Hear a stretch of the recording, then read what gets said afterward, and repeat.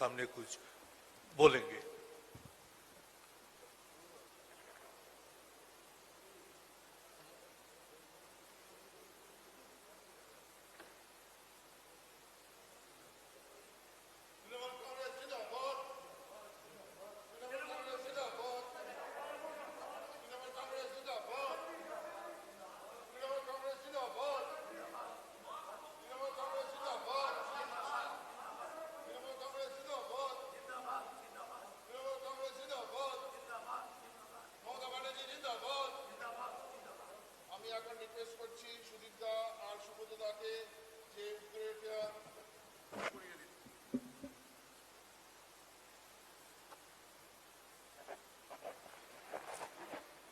अभी मैं गुजारिश करूंगा जसवंत सिन्हा जी से कि आप लोगों के सामने दो शब्द कहें।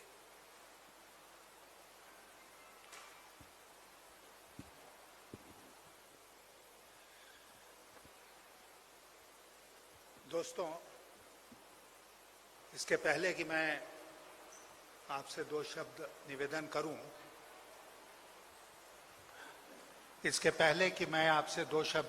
करूं, मैं एक सुखद समाचार आप लोगों को देना चाहता हूं। ये जो ज्वाइनिंग है उसके अलावा, और वो ये है कि आज डेरेक ओबेरॉय जी का जन्मदिन है और उनका 60वां जन्मदिन है, जो बहुत ही विशेष है। तो इसलिए आप सब लोगों की ओर से हम उनको आज के दिन की शुभकामनाएं और बधाई देने का काम करता हूं।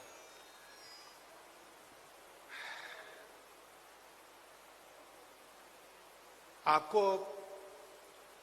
ये जो आज की घटना है उसके बारे में शायद आश्चर्य हो रहा होगा कि क्यों इस उम्र में, जब एक तरह से मैंने दलगत राजनीति से, पार्टी पॉलिटिक्स से अपने को अलग कर लिया था, तो फिर मैं पार्टी में शामिल होकर क्यों एक्टिव हो रहा हूं। तो मैं आपसे कहना चाहूंगा कि देश जो है वो एक बहुत अद्भुत परिस्थिति से आज के दिन गुजर रहा है। बहुत अद्भुत परिस्थिति इसलिए है कि अभी तक जिन वैल्यूज को, जिन मूल्यों को हम बहुत महत्व देते थे और ये सोच के चलते थे कि इस पर सब कोई अमल करेगा ही हमारे प्रजातंत्र में, आज वो मूल्य खतरे में है और उनका अनुपालन नहीं हो रहा है। हम सब परिचित हैं इस बात से कि प्रजातंत्र की ताकत प्रजातंत्र की संस्थाएं होती हैं। The strength of democracy lies in the strength of the institutions of democracy. आज लगभग हर इंस्टीट्यूशन, जो संस्था है प्रजातंत्र की, वो कमजोर हो गई है और मैं बहुत अफसोस के साथ इस बात को कह रहा हूं कि उसमें देश की जो न्यायपालिका है, जुडिशरी है, वो भी शामिल होती है। इसलिए सरकार के मनमानेपन के ऊपर अंकुश लगाने वाला कोई बचा ही नहीं। तो हमारे देश के लिए ये सबसे बड़ा खतरा पैदा हो गया है। प्रजातंत्र का मतलब ये नहीं होता है कि सिर्फ आप हर 5 साल पर चुनाव करा दें, लोगों को वोट देने का अवसर दें। प्रजातंत्र का मतलब होता है कि जो सरकार बनती है, जो प्रतिनिधि चुने जाते हैं, वो 24/7 के बेसिस पर जनता के प्रति अपने कर्तव्य का पालन करते रहे। तो आज आप देख रहे हैं कि हमारे देश में क्या हो रहा है और ऐसा लगता है जैसे कि किसी को कोई चिंता नहीं है। आज इस देश का किसान उद्वेलित है। जो किसान पैदा करता है, जो हम खाते हैं, अन्नदाता है, वह दिल्ली के सरहद पर बैठा हुआ है और किसी को कोई चिंता नहीं है। मजदूर पलायन करके रोजी रोटी की तलाश में गए, फिर किस परिस्थिति में पैदल वापस होने के लिए मजबूर हुए, वो दृश्य हम सब लोगों ने देखा है। आज वो भी त्रस्त है।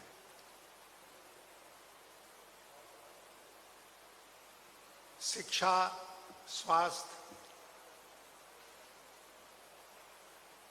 ये सब आज दुर्दिन से गुजर रहे हैं और सरकार को कोई चिंता नहीं है। ऐसा लगता है कि सरकार का आज के दिन, और खास करके जो रूलिंग पार्टी है, उसका एक ही मकसद है, वो मकसद है किसी तरह चुनाव जीतो। जहां कहीं चुनाव हो, जिस स्तर पर चुनाव हो, उस चुनाव को जीतना जरूरी है। आपके मन में यह प्रश्न आ रहा होगा कि मैं तो अटल जी की सरकार में मंत्री था, तो मैंने उस पार्टी को क्यों छोड़ा। तो मैं आपसे कहना चाहता हूं कि अटल जी के समय की पार्टी और आज की पार्टी में आसमान जमीन का अंतर है। अटल जी कंसेंसस में विश्वास करते थे, आज की सरकार क्रश करने में विश्वास करती है। अटल जी लोगों को कोऑप्ट करते थे,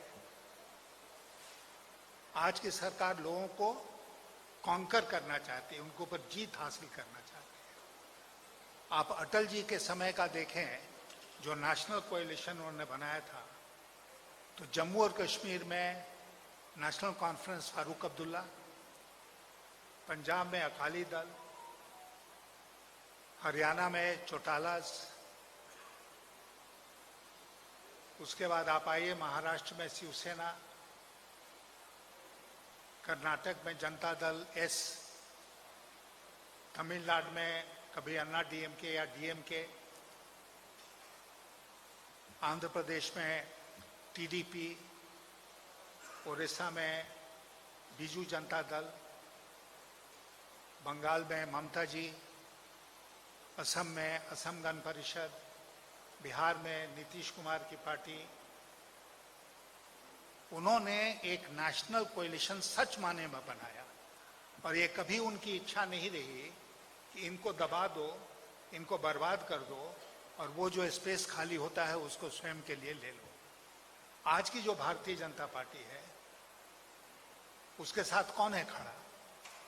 अकाली दल छोड़ चुका, शिवसेना छोड़ चुकी, बाकी जितने नाम हमने लिए कोई भी आज साथ नहीं है, हाँ अकाली छोड़ गए, जो सबसे पुराने सहयोगी थे, बीजेडी चली गई।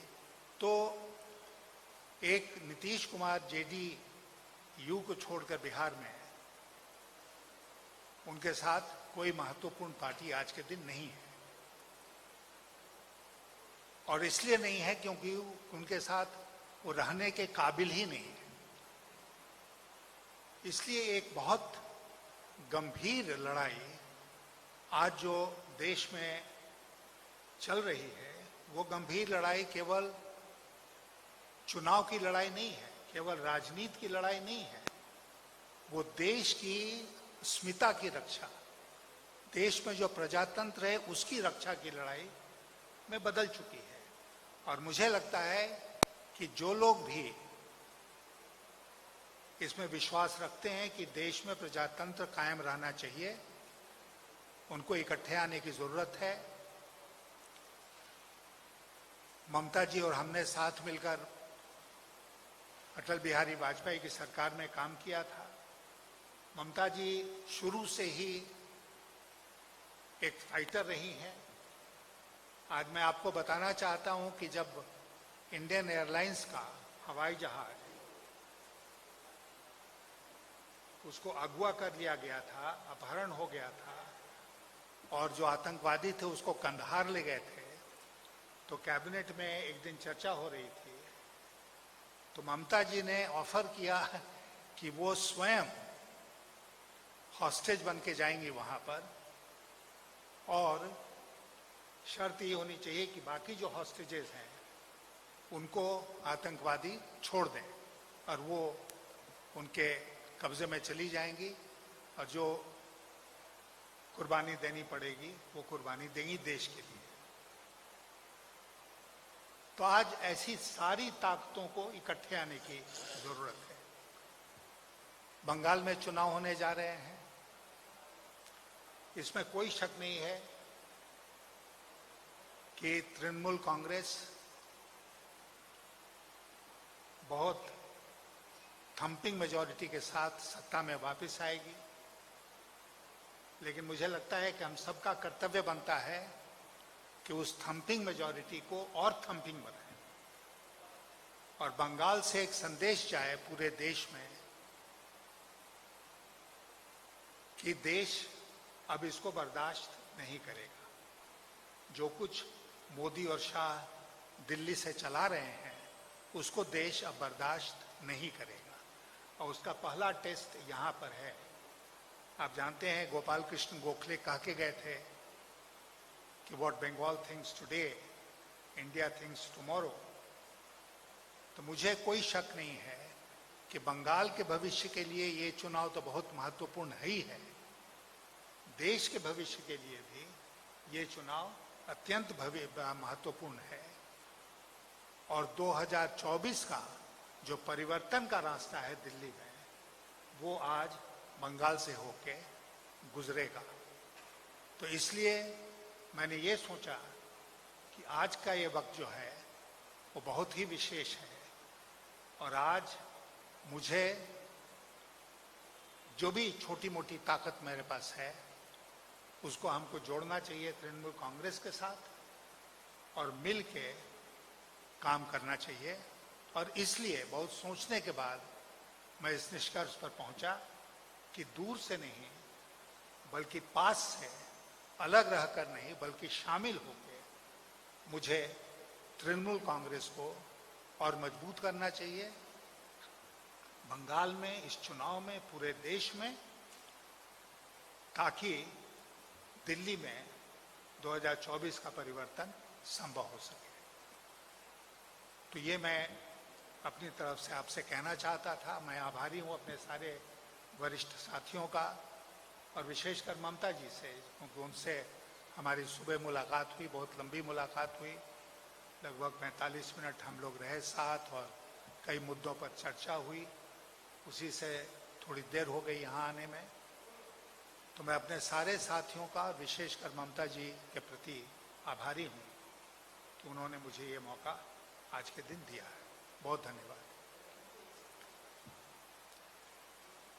आप लोग कुछ पूछना चाहते हैं तो पूछिए।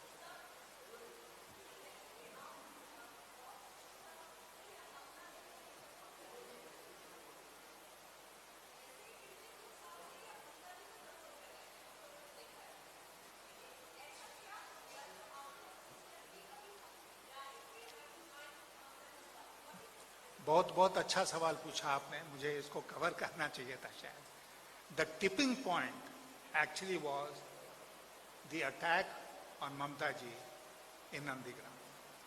That was the tipping point. और आज जब उनसे हमारी मुलाकात हुई और जो उन्होंने उस घटना के बारे में वर्णन दिया, उससे साफ हो गया कि जिन ताकतों के साथ आज बंगाल में तृणमूल कांग्रेस का और बंगाल की जनता का मुकाबला है, वो किसी भी हरकत से बाज नहीं आएंगे। तो वो किसी हद तक जा सकते हैं, लोगों की हत्या करा सकते हैं, लोगों के ऊपर अटैक करा सकते हैं, उनको इमोबिलाइज कर सकते हैं, किसी हद तक जा सकते हैं चुनाव जीतने के लिए। वो एक तरह से वो मोमेंट ऑफ डिसीजन था ममता जी के ऊपर जो अटैक हुआ। मैंने सोचा कि अब बाहर रहकर नहीं बल्कि बगल में रहकर, अंदर रहकर मुझे उनका साथ